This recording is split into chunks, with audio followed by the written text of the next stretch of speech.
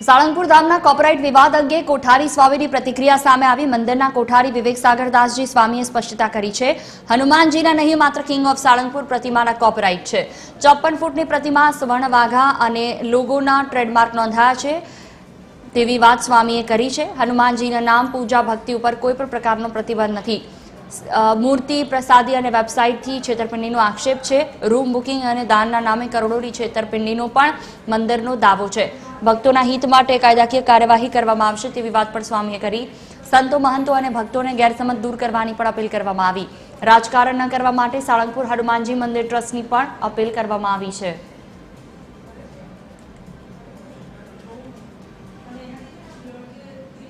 નકલી ટ્રેડમાર્ક એક વ્યક્તિએ તો સાળંગપુર ધામના નામે વર્લ્ડ ટ્રેડમાર્ક મેળવવાના કાનૂની અરજી કરી દીધી હતી।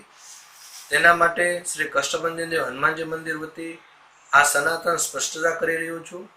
આવી મોટી છેતરપિંડી અને આર્થિક લૂંટ ભોળા ભક્તોને બચાવવા માટે જ કાનૂની નિષ્ણાંતોની સલાહથી માત્ર સાળંગપુર ધામ સ્થિત કિંગ ઓફ સાળંગપુરની શ્રી વિશિષ્ટ મૂર્તિ, તેના સુવર્ણ વાઘા અને સંસ્થાના લોગો, તેના જ અમે કોપીરાઇટ અને ટ્રેડમાર્ક લેવામાં આવ્યા છે।